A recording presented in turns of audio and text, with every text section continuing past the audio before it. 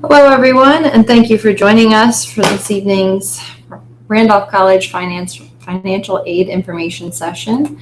I'm joined tonight by our Assistant Director of Student Financial Services, Debbie Woodall-Stevens. Debbie will be providing a broad overview of what financial aid entails and answering your questions. I'll let Debbie get started here in just a moment, but before I do, I wanted to remind you that you can submit your questions at any time during the event using the question and answer board on the right side of the screen or by emailing them to me at the address listed in the details box of this event.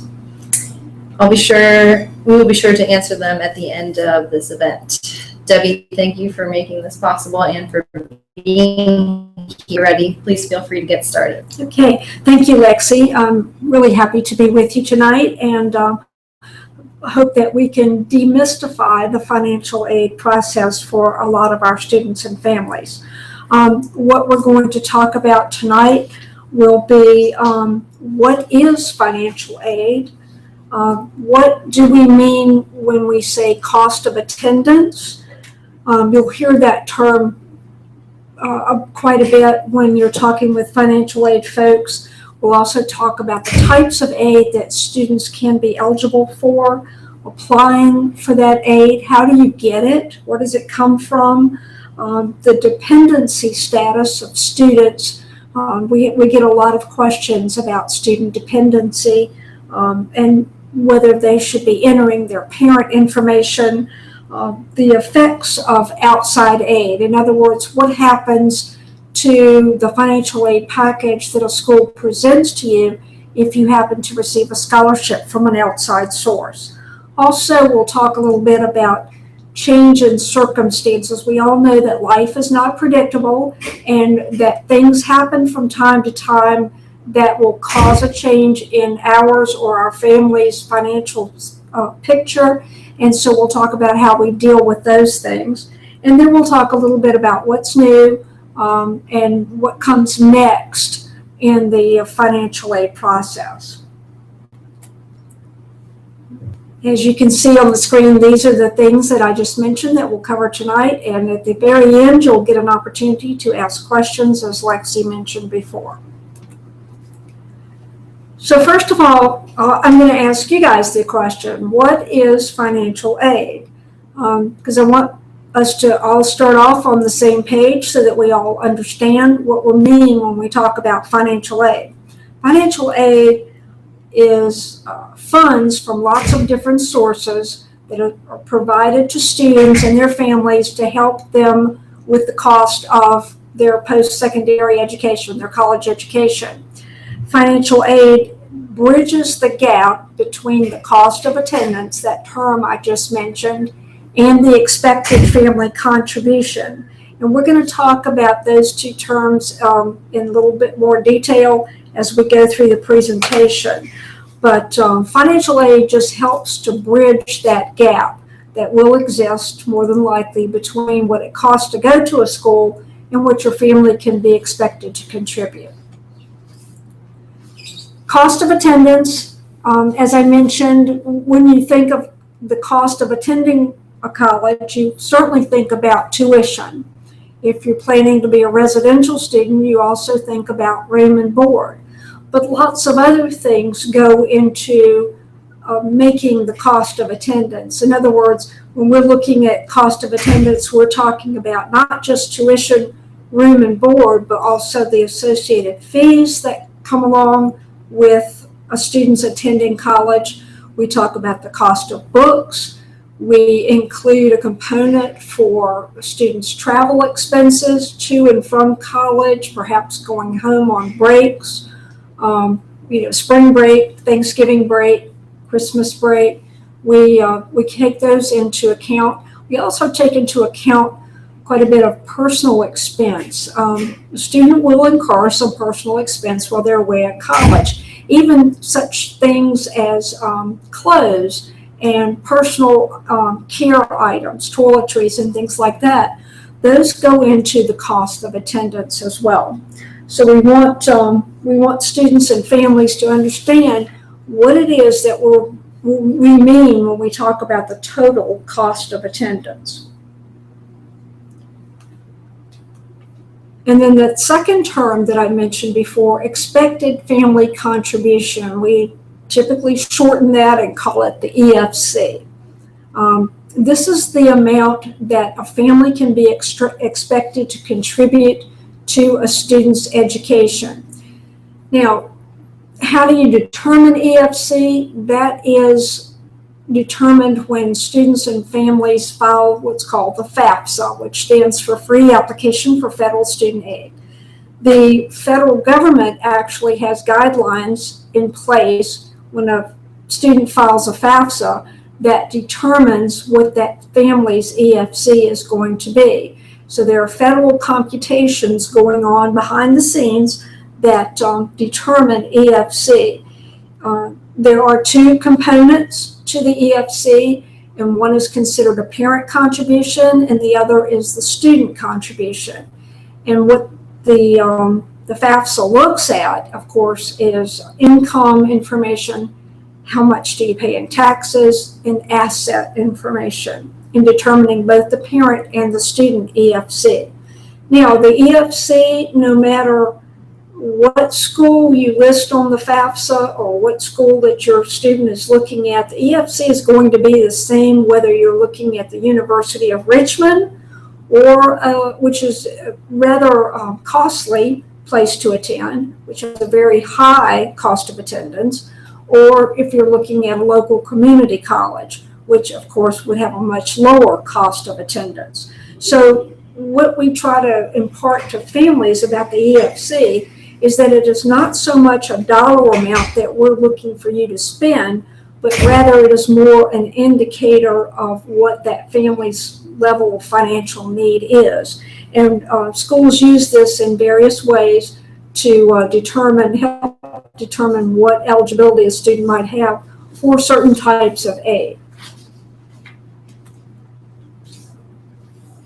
When we're talking about financial need, it's very simple arithmetic. We take the cost of attendance for whatever school you're looking at, you subtract the EFC, the expected family contribution, and that is the level of financial need that a family would have.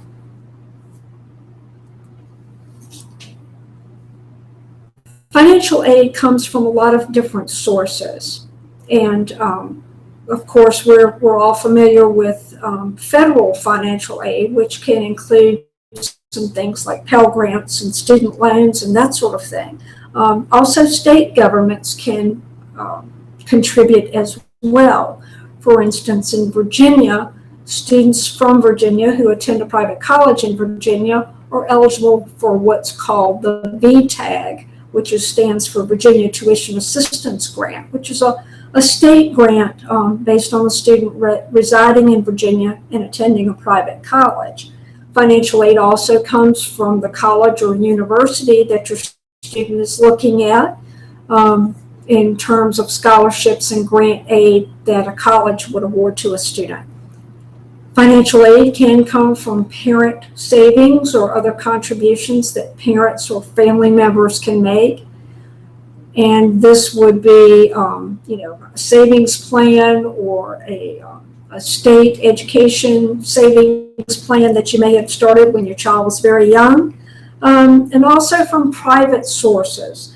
For instance, outside scholarships would be sources of aid for students that they could get from, let's say, businesses or churches or other private organizations, community foundations, that sort of thing. So financial aid comes from a lot of different sources, and you're not just limited to one source for financial aid. There are four main components to financial aid, and we want to talk a little bit about those so that we can make sure that everyone understands those. There are scholarships and grants, and typically those do not have to be repaid. Also, financial aid could consist of work study. That may be a term that some of you are familiar with, as well as loans. Work study and loans are what we characterize as self-help aid. In other words, this requires the student or the family to contribute in some way. In the case of loans, of course, loans have to be repaid. When we're talking about work study, that requires that a student take some necessary steps to obtain either on-campus or off-campus employment and actually work to earn these funds. So that's why they're termed self-help, because it does require a contribution on the part of the student. Scholarships, as I said before, are funds or money that does not have to be repaid.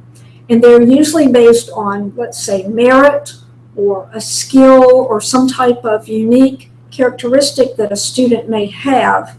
And they can also be based on need as well. The sources of scholarships, as I said before, are civic organizations, churches, parent employers, schools, band booster clubs, athletic booster clubs.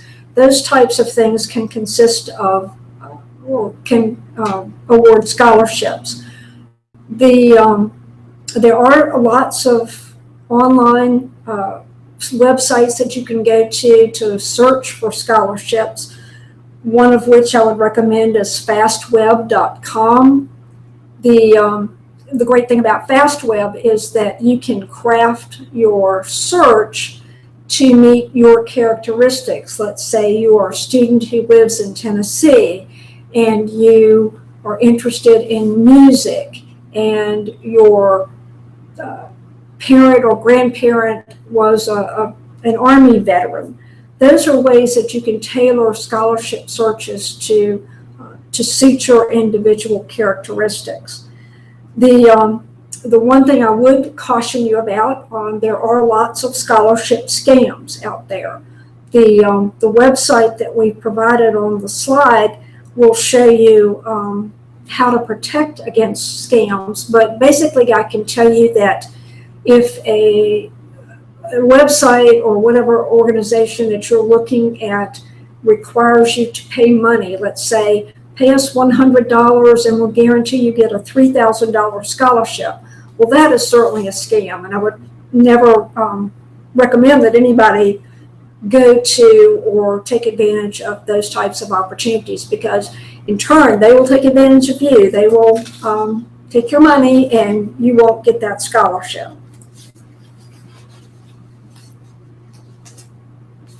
One other thing before we talk about grants and scholarships is that when students are applying for scholarships, they need to be mindful of deadlines.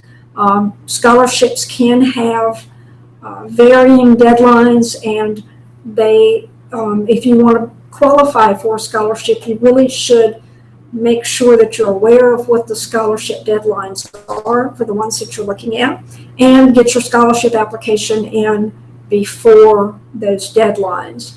A lot of scholarships will also require you to perhaps submit an essay, and you can use the same essay over and over again. You may have to tweak it a little bit to gear it towards the type of scholarship that you're applying for, but there's no problem with doing that. And I would also recommend that you apply for scholarships even if you may not meet all the qualifications for a scholarship.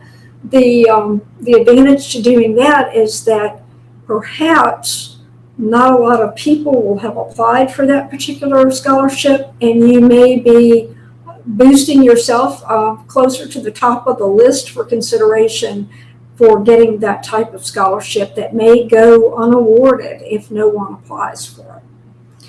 Okay, we're going to go to grants next. Grants, again, are monies that do not have to be repaid. Some of those grants could require an agreement to serve after graduation, and the prime example of that is a federal TEACH grant, which does require that a student teach for several years following graduation in order to keep that TEACH grant, but typically grants do not have to be repaid. They are a lot of times based on a student's financial need. There are quite a few federal grants, one of which is the federal Pell Grant. The other is the SEOG grant, Supplemental Educational Opportunity Grant.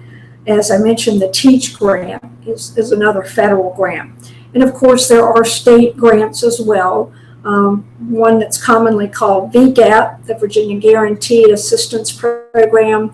That is a grant assistance program that is applicable at Virginia State colleges, and then also the Commonwealth Award.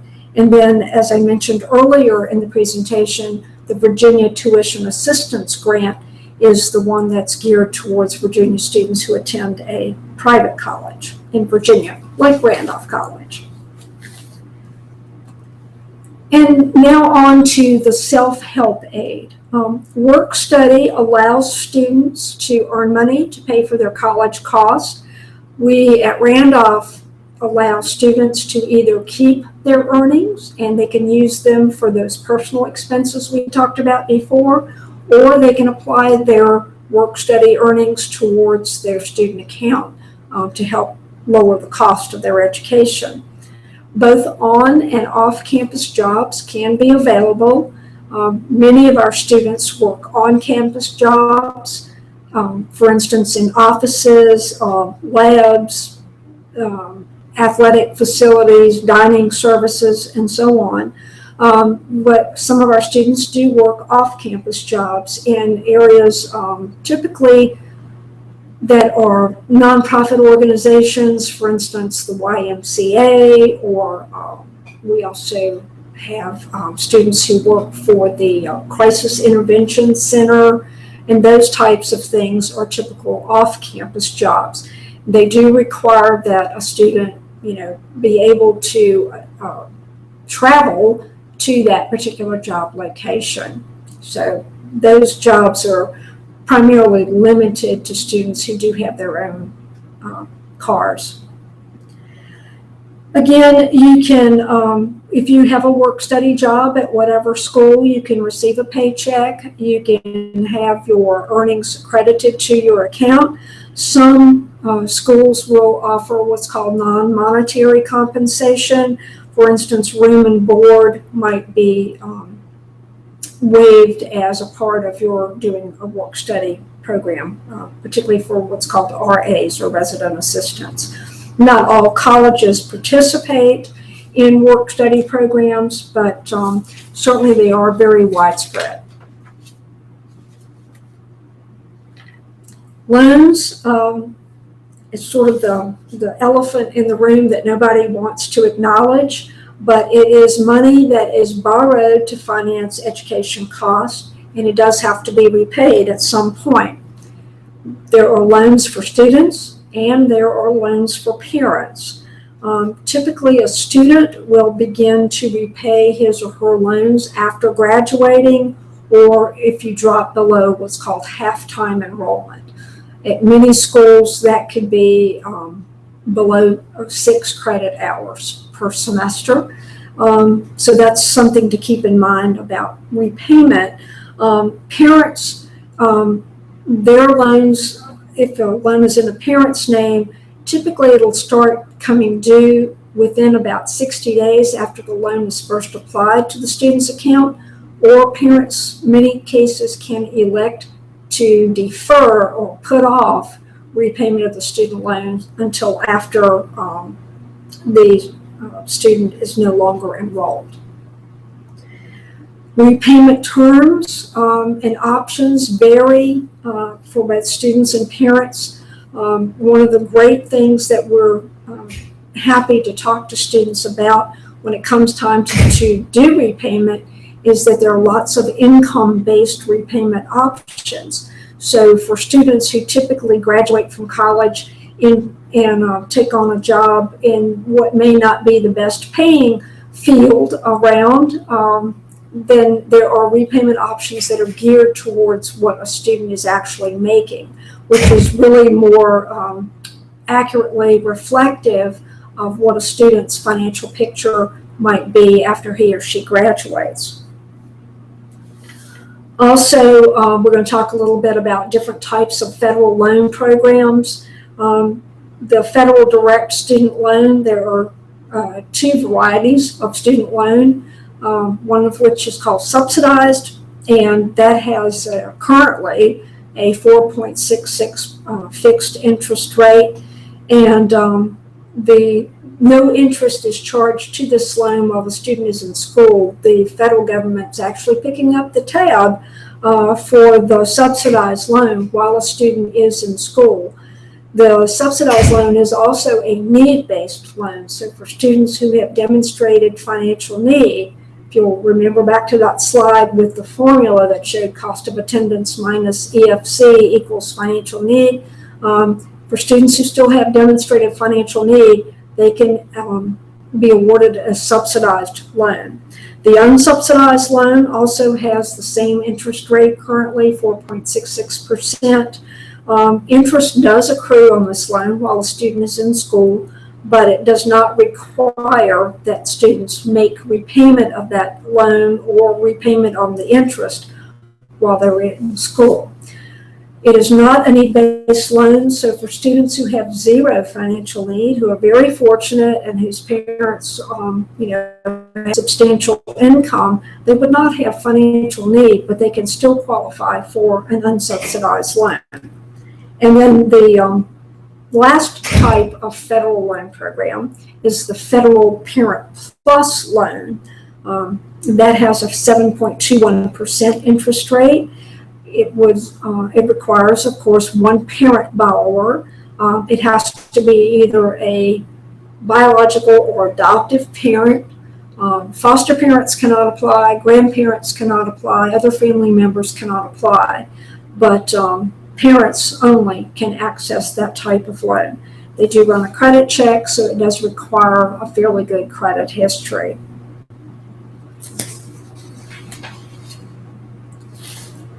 Okay, so how do you access financial aid? And if you're not at all familiar with the FAFSA, you really should talk to us about the FAFSA. We'll be happy to clue you in on that. As I mentioned before, it is the free application for federal student aid. And it opens up each January the 1st of an award year. So for students who are entering college in the fall of 2015, that would be the 2015-16 FAFSA, and that will open up on January 1 of 2015. I would recommend highly, if you're looking at the FAFSA, please go to fafsa.gov. Don't go anywhere else. Do not go to fafsa.com, because you will pay someone to do the FAFSA for you, when, as you can see, the first word in FAFSA is free. So please make sure that you're using the official FAFSA website, which is fafsa.gov. Check with colleges about what their priority deadline is. Some schools would prefer that you file a FAFSA by a certain date. In Randolph College's case, that date is April the 1st. So it is advantageous for students and families to get their taxes done as early as they possibly can to complete the FAFSA with the most correct information. We would also recommend that you file the FAFSA electronically. There is a paper copy of the FAFSA that's available. You can pick one up in your, probably in your school's guidance office, or you can the FAFSA website, but I would certainly recommend doing it electronically for lots of different reasons. The electronic version lends itself to fewer errors, and there are lots of helpful hints, and you can get questions answered about a lot of different things that the FAFSA is looking for if you do the online version. Also, schools will get your information a whole lot faster if you file the electronic FAFSA. Typically, it takes anywhere from 3 to 5 business days for us to get that information. It does collect demographic and financial information on both the student and the parents, or parent, whatever the case may be. So it will ask you lots of different questions about what your income was in the previous year. So if you're filing a FAFSA in, let's say, January of 2015, it's going to ask you about your income in the calendar year of 2014. So you're going to answer information about what you earned in 2014, the amount of taxes that you paid, how many people in your household, how many people in that household are going to college, things like that. If you have not filed a tax return for 2014, or if your parents have not filed their tax return, you can always click will file, which is one of the questions it asks you, have you already completed your tax return, or will you file a tax return or not file a tax return?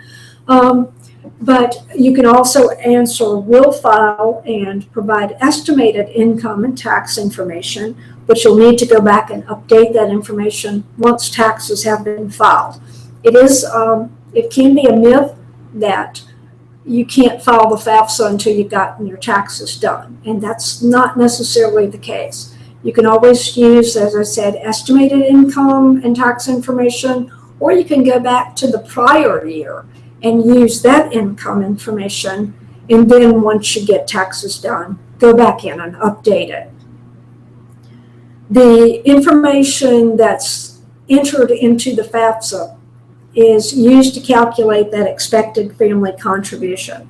As we talked about earlier, that is primarily an index to give schools an idea of the level of financial need that a family may have. And then one thing new that's coming up for the 2015-16 FAFSA, previously students were assigned what was called a federal PIN, personal identification number, and now I understand that for the 15-16 FAFSA, you'll create your own username and password to access that information, and so that it might make it a little easier for you to remember, but always keep that username and password somewhere handy where you can lay your hands on it if you can't remember it, because it is something that will be used over and over and over again.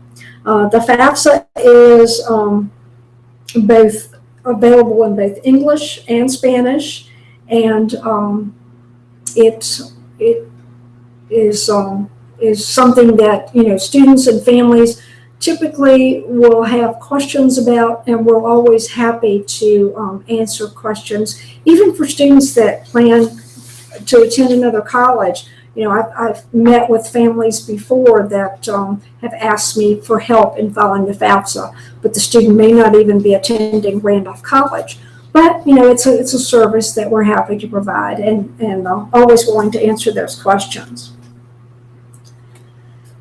In order to qualify for federal student aid, a student has to either be a U.S. citizen or an eligible non-citizen. What is an eligible non-citizen? Well, that's typically a permanent resident, someone who has what used to be known as the green card.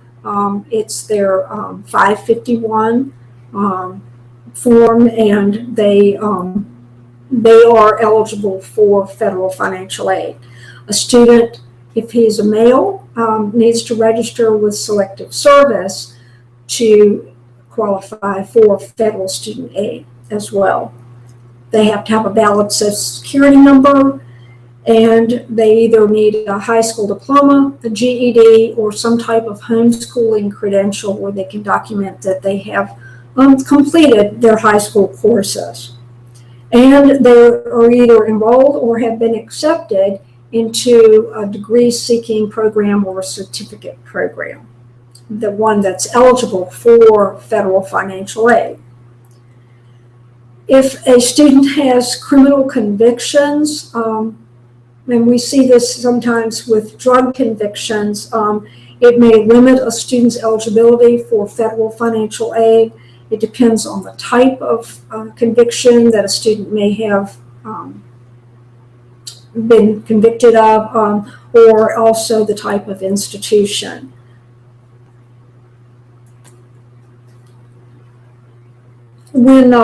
When filing the FAFSA, I mentioned before that a student had to have a valid Social Security number.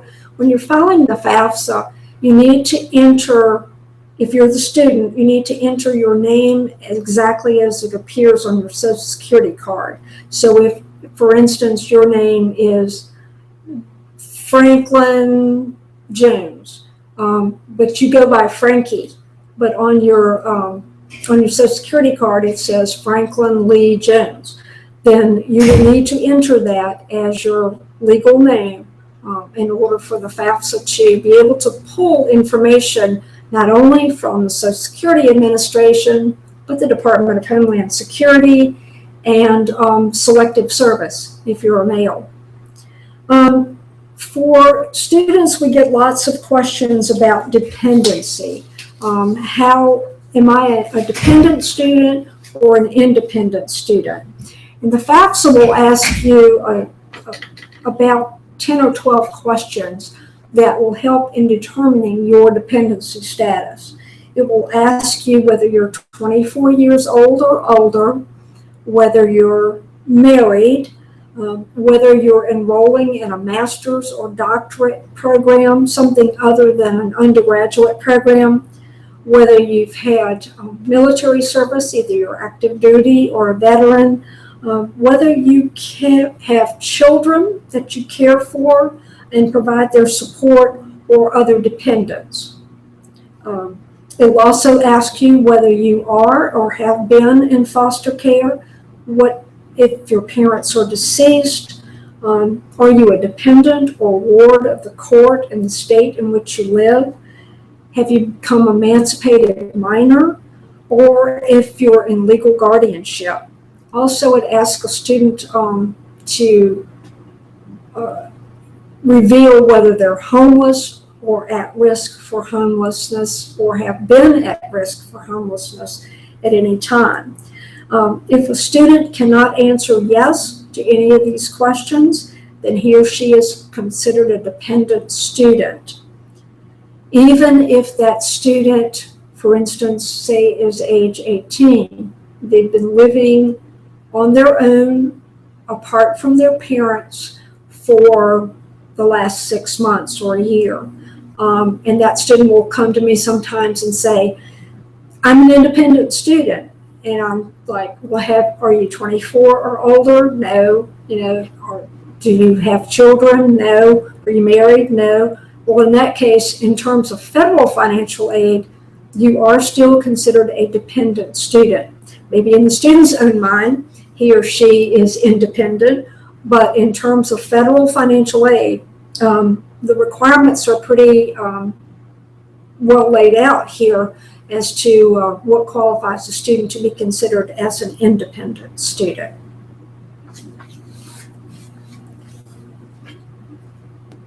We also get questions about, well, who is the parent? And in many cases, students are living with one parent. Their parents may be divorced or separated. And so we get questions all the time, which parent or parents should I put on my FAFSA? Information for biological or adoptive parents is what needs to be provided on the FAFSA. If a student is living with grandparents, legal guardians, foster parents, maybe older siblings, aunts or uncles, they are not considered parents on the FAFSA application unless they have legally adopted that student. Now, in cases where students are living apart or their parents are living apart, or maybe in some cases have never been married, they would enter the information for the student, for the parent in which they either live most of the time or whichever parent provides the most support. We'll see that information on the next slide.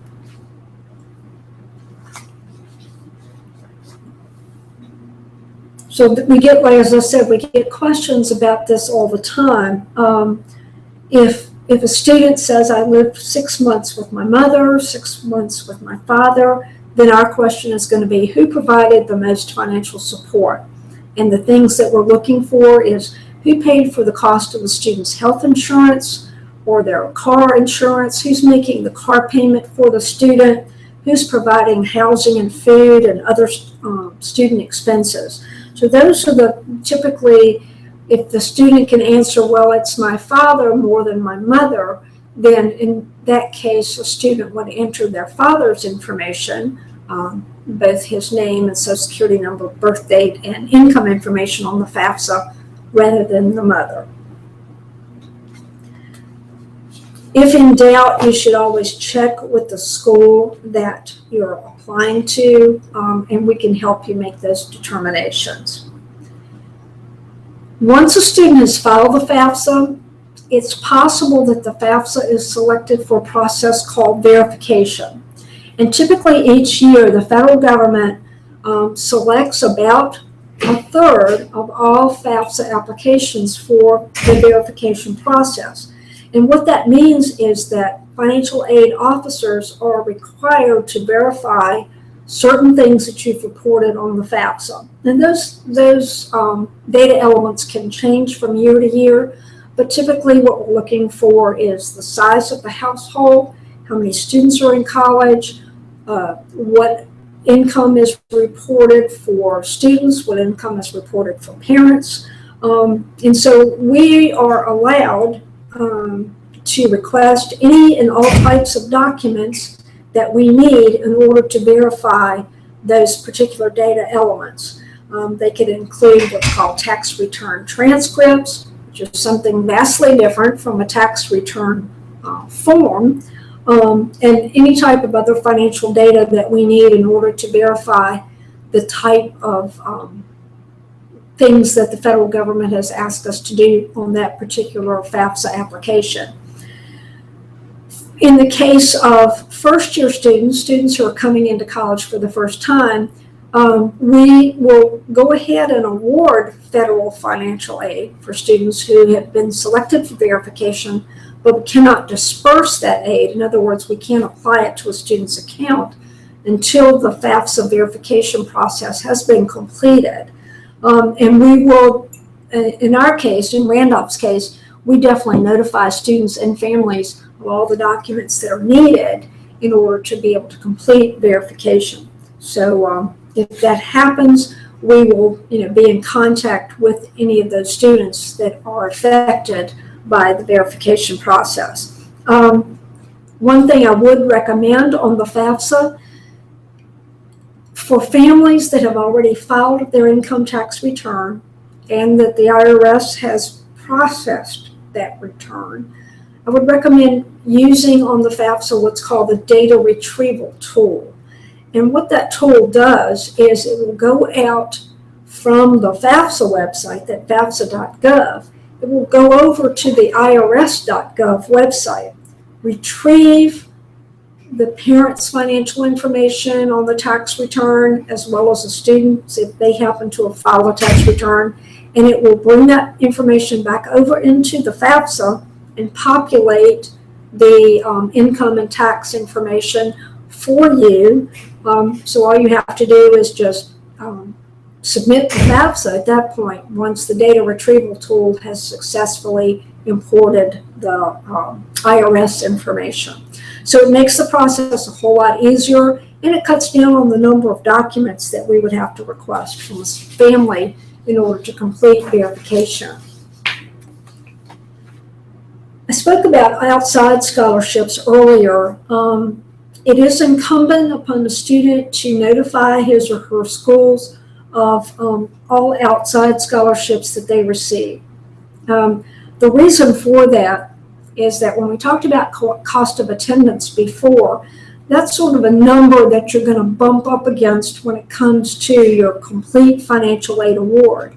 So for students, we want to make sure that they don't have more financial aid than the total cost of attendance. So your help in notifying, particularly Randolph College, about your outside scholarships helps us to make sure that your financial aid award is balanced and that we have not over awarded you, that you're not, let's say, taking out loans unnecessarily when you really don't need to.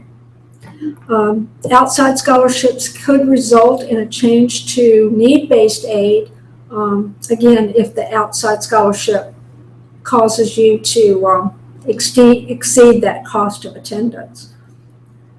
Some schools will offset their scholarship aid by the amount of an outside scholarship.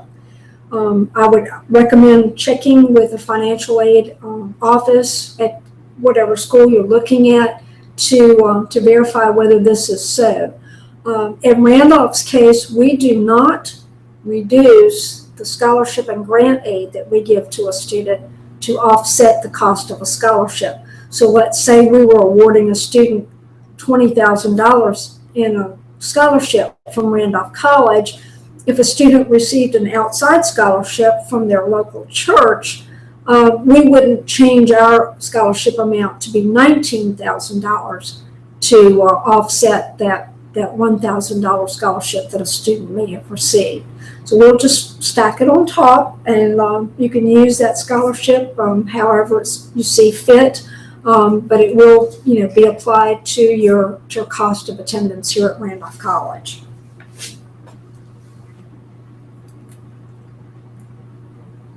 And we'll touch a little bit on change in circumstances.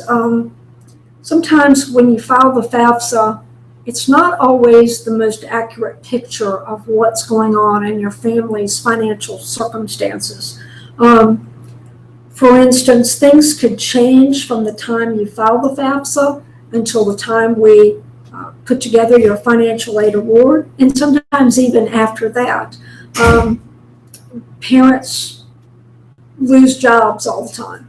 We see that quite a bit, and fortunately not as much as what we've seen in the past, but it does seem to be tapering off.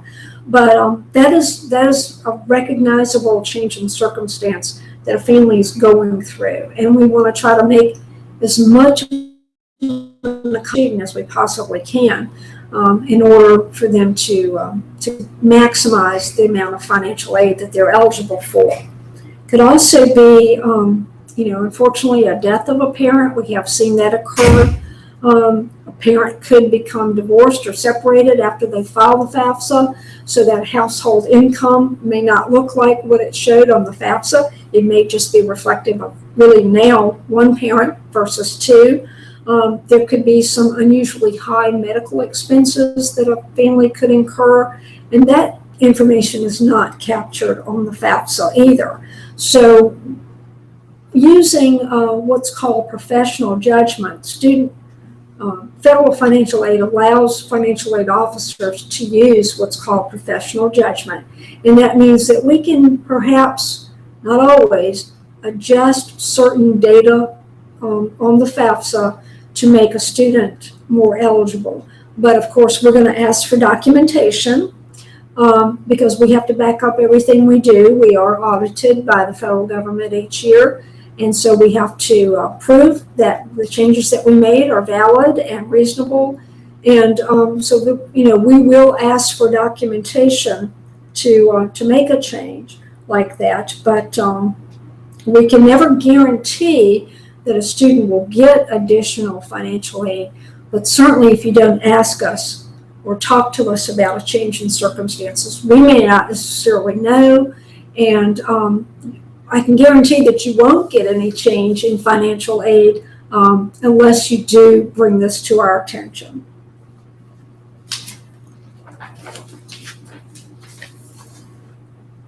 What happens next in the financial aid process? After a student files a FAFSA, he or she will receive what's called the Student Aid Report, or SAR. If a student provided a valid email address when they completed the FAFSA, they'll get the SAR via email. Or if they did not provide an email address, then they will get a paper copy in the U.S. mail. You need to review the student aid report and all the comments that may be included in the student aid report. And you want to make sure that all your documentation or information is accurate on the student aid report. You'll need to, for any information that you've estimated, for instance, income and taxes, you'll need to go back and update that information at the appropriate time. You want to make sure that you meet admissions and financial aid deadlines, and each school's website could possibly offer you information about details about those particular deadlines that you need to be aware of. And always submit the documents that we request from you, and definitely start looking now. If you're interested in attending school in the fall of 2015, look now for scholarships. Some will have deadlines that will come up in January or February, so you want to make sure that you're ahead of the game on those deadlines for scholarships and grants. Also, keep, if you're a Randolph College applicant and you're admitted student, keep abreast of your emails because that's one of the main ways that the financial aid office keeps in touch with students and families about documents that are needed. So, we don't just sit in our office and send out frivolous emails. I've got better things to do with my hours during the day. And so I, will not send you an email unless it's something important. And we just would like for you guys to be cognizant of that and to be aware that, we do contact you a lot by email. Okay, so to wind up the presentation, again, start the process early. Start the admissions process early, start the financial aid process early, and definitely be on top of scholarships that you're looking at. Keep aware of any deadlines, and it's always a good idea to have your calendar handy and start writing down deadline dates for certain things that will be coming up on the horizon. Keep forms and all types of admissions and financial aid information handy where you can know where it is and keep track of it, and also be aware of what types of information in the forms that you'll need to submit. Always try to provide the most accurate information possible. One of the mistakes I see a lot of times is that students, particularly when they're doing the FAFSA, will enter an incorrect Social Security number. Sometimes they will transpose a couple of digits, or maybe just enter a wrong digit in some way. So that can slow the process down quite a bit. Also, follow up with your school. If you have submitted a FAFSA and you have not heard back for a couple of weeks, you may want to follow up with them and just say, where am I in the process? Have you gotten my information? When can I expect my financial aid award letter? These are the things that you need to sort of keep in your mind and regularly follow up on those things. Again, check your email all the time because lots of schools, including us, will contact you via email to ask for your input or for documents and that sort of thing. Never be afraid to ask for help. Lots of families are in your same situation. Maybe they don't know the answer to something. So never be afraid to ask for help. We entertain all sorts of questions all across the board. And once in a while, I'll come across a question that I have not heard before. So it's a learning process for all of us. And so never be ashamed to ask for help. We're always happy to accommodate you. Great. All right. Thank you so much, Debbie, for sharing all that great information. We're going to take just a minute to get organized here, and then we will answer all of your questions that you have. We have a few questions that were submitted prior to the start of this information session that we'll work through as well. So,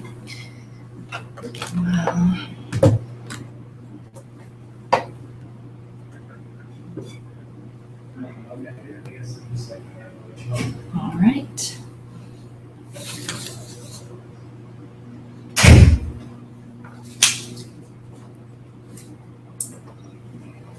So the first question that we have is, as I'm a Lynchburg resident, I'm going to be living at home. Do I still need to pay the room and board fee? And the short answer to that is no.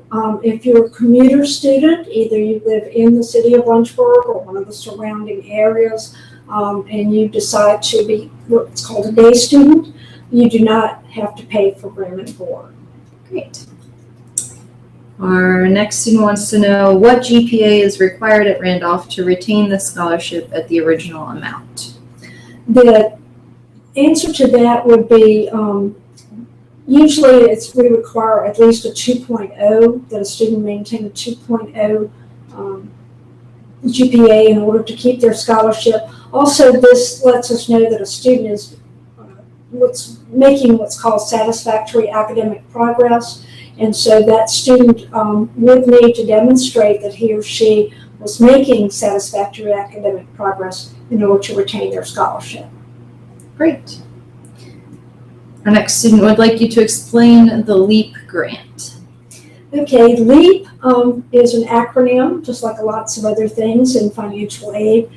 Stands for Local Education Access Program, and it is a program where we have decided to concentrate a lot on our local students. For instance, students in the city of Lynchburg and the surrounding counties, Amherst, Appomattox, Bedford, Campbell, and Nelson counties. Those students do receive the benefit of being able to commute to campus if they choose to, or they can be residential students.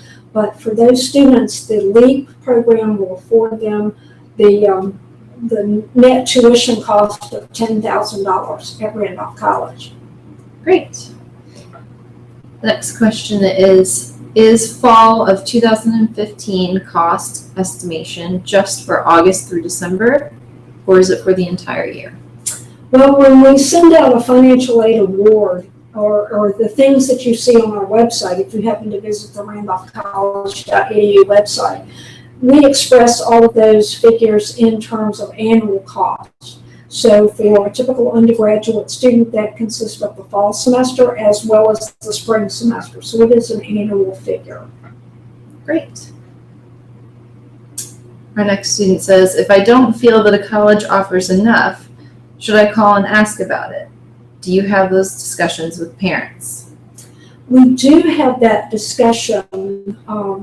And I talked about earlier the change in circumstances. For those families who feel that what we're at Randolph College are offering is not enough for them, we can certainly have that conversation. Can't always guarantee that we would be able to increase a student's financial aid. We do have a finite amount of money that we have to work with across a broad range of students. So we can certainly entertain that question and have those conversations. Great.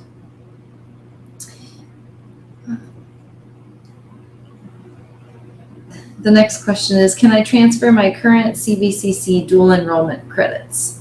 And the answer to that question from an admissions standpoint is yes. There are credits that are transferable. What you would do is submit your transcript with those CVCC credits on it, and we would then give it to our registrar to evaluate those credits, and we would provide you with an answer. So it would go through that process, and then we would let you know for sure which credits would be eligible for that. And many times students who come to us with dual enrollment credits come in as a sophomore, sometimes with junior status, depending on how many credits they have earned at a community college. And so for students who, let's say, come in as a sophomore, that qualifies them for additional federal aid over and above what a first year would receive, particularly in the area of federal student loans. Great. All right.